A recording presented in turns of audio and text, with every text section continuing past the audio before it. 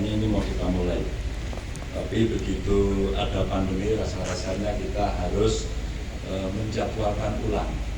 Lalu banyak orang bertanya-tanya, jadi nggak Pak Ganjar? Ya jadi, sabar. Ini duit ya kena refocusing. Dan refocusing itu menjadi istilah yang terkenal hari ini. Apa itu refocusing? Duitnya hilang, gitu. Yang dipakai untuk yang lain. Saya menyampaikan terima kasih Pak Mustain. Ini Masjid Agung yang kita cita-citakan itu nilainya banyak. Dari sisi ketersediaan lahan, ini ada sharing. Dari Kemenak, terima kasih. Provinsi membebaskan, dari Pak Bupati juga menyediakan lahan. Yang ternyata juga beli juga gitu. Jadi ini ada Pak Bupati dan Mas Ian dari DPRD, terima kasih. Ini karena kekompakan di kabupaten, di pemerintahan, maka bisa berjalan.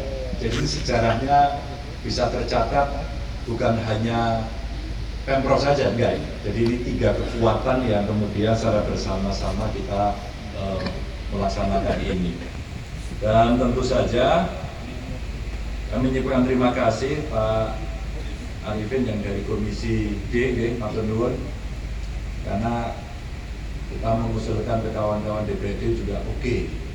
Dan bukan satu bangunan tempat ibadah yang standalone, tidak, tapi ini dikaitkan dengan kondisi situasi yang ada di Borobudur dan sekitarnya.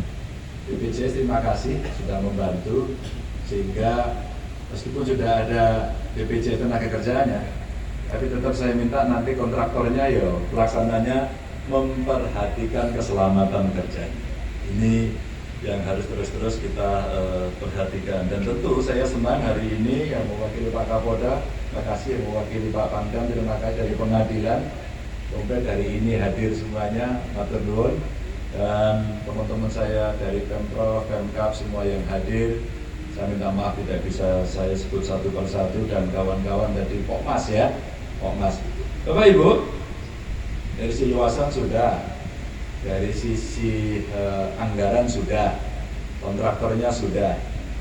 Maka filosofi dulu yang coba kita bangun adalah Borobudur ini makin menarik untuk pariwisata. Saya belum lupa di era pemerintahan terakhir sebelum berganti ke Pak Jokowi, era Pak SBY, waktu itu kita ada acara di Borobudur, Waisak. Terus saya bicara dengan Pak Menteri Agama, Pak Wapres saat itu hadir. Kita bicara dengan umat Buddha yang ada di sana. Mungkin nggak ya, nggak saya tahu, bahwa di Candi Borobudur itu umat Buddha bisa beribadah di sana. Menurut saya mungkin sekali, kenapa tidak? Tinggal bagaimana kita mengatur sehingga itu bisa dipakai untuk peribadatan umat Buddha. Tinggal diatur saja. Bagaimana pariwisatanya, bagaimana yang mau beribadah, bagaimana yang berekonomi, bagaimana mau berolahraga, dan seterusnya. Ini kita atur. Dan di Kabupaten Magelang ini ada banyak peninggalan juga, umpama kelenteng ya, yang di Munkila. Itu juga tua.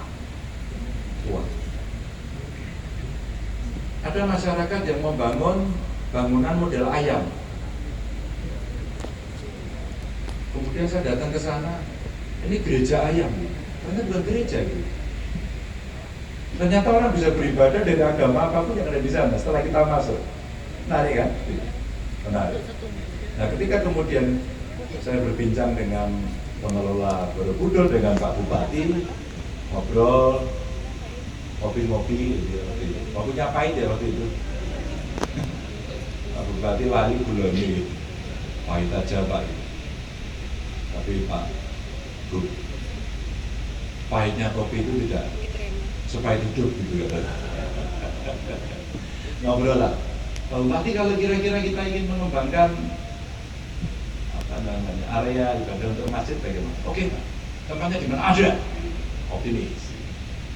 Kemudian dicari sana sini, alhasil kemudian ketemu di sini. Maka suatu ketika saya akan punya mimpi begini. Ketika orang datang ke Borobudur itu lengkap. Kalau dari sisi religiusnya, orang akan beribadah di tempat yang sudah tersedia. Dan kemudian dari situ ada kerukunan. Kerukunan antar umat beragama dan saling sengkuyung. Maka Borobudur akan menjadi satu center dari proses relasi masyarakat yang semuanya kalau datang ke sini kan bahagia. Gitu. Maka saya berharap betul kemudian masjid ini kalau kemudian hari dari umat muslim akan bisa menjadi center of excellence-nya umat muslim. Bagaimana orang bisa datang ke sini, moderasi beragama di sini bisa dilakukan, ibadah sudah pasti gitu kan. Dan saya titip kepada pelaksana, karena sudah ada ADAPG, ada PT Wida, ada konsul perencanaannya Yudya, semuanya saya titip diawasi. Karena duitnya duit rakyat, boleh dong saya minta ya, gimana kalau duit rakyat ini meskipun kemudian keluarnya dari Pemprov, asetnya dari pusat, dari kabupaten, gimana kalau ini kita buat istimewa bangunannya, terutama dari sisi kualitas. Jangan sampai kemudian bangunan ini digawe pemerintah mesti elek, bentar lagi rusak, bentar lagi bocor. Maka saya titip betul pada pelaksana, saya titip nanti bina marga kami untuk mengawasi, saya titip pengawasnya juga serius mengawasi. Tapi mengawasi serius itu bukan mencari salah loh ya, bersinergi mencari bagaimana itu bisa baik. Sehingga kalau kemudian konstruksi bagus, bangunan presisi, indah seperti spek yang diberikan, kalau mau ditambahin lebih indah lagi boleh lah. Siapa tahu kemudian tak pikir-pikir saya nanti Pak, mau ikut sodakoh di sini Pak, saya tambahin ornamen yang lebih bagus ya, umpama begitu itu ya, kalau ibadah itu jauh lebih baik juga. Ya. Saya pingin betul. Jangan sampai nanti, mohon maaf, karena saya juga punya pekerjaan besar yang ada di Jawa Tengah itu. 1 tahun tak ada apa bocor ya. Banyu ini menembus ke bawah, MCK-nya kemudian jelek, jangan sampai. Titip betul. Nah untuk itu integritas, governance mesti dijaga. Ini ada kepolisian, dari kejaksaan, saya titip untuk diawasi. Dia tidak ada yang ganggu. Biasanya kalau ada bangunan premanya juga pada datang.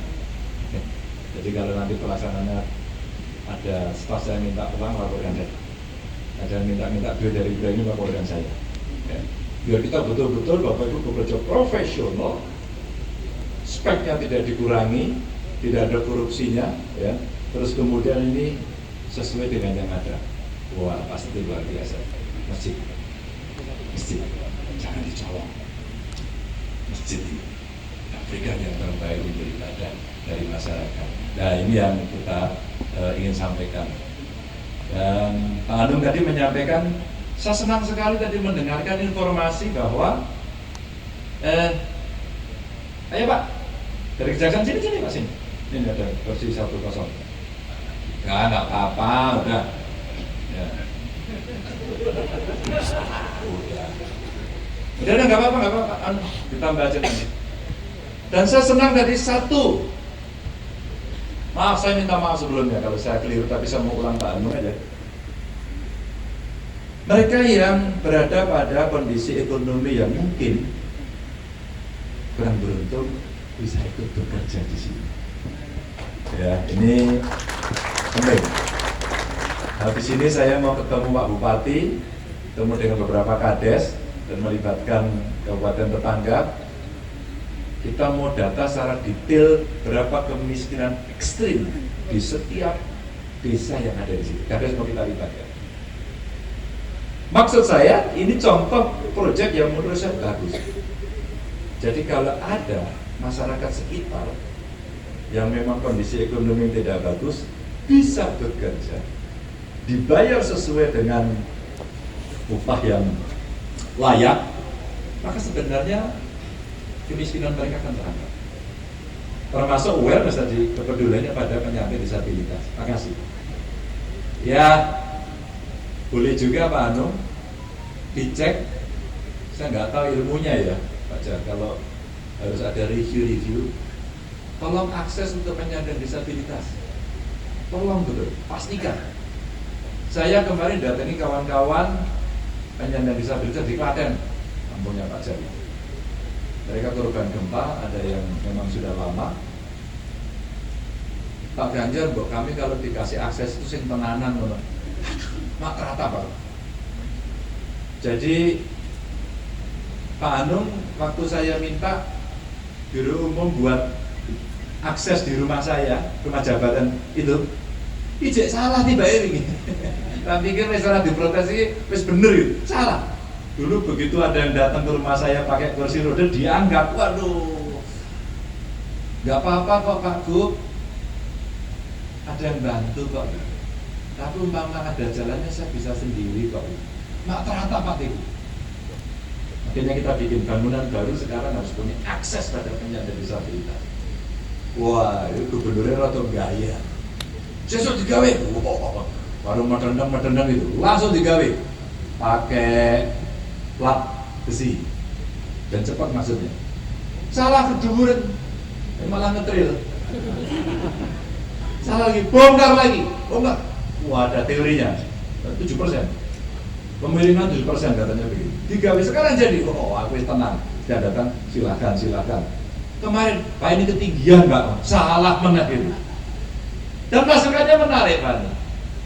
Pak Gub, setiap 1 meter itu kemiringannya dari 0 ke 10 cm.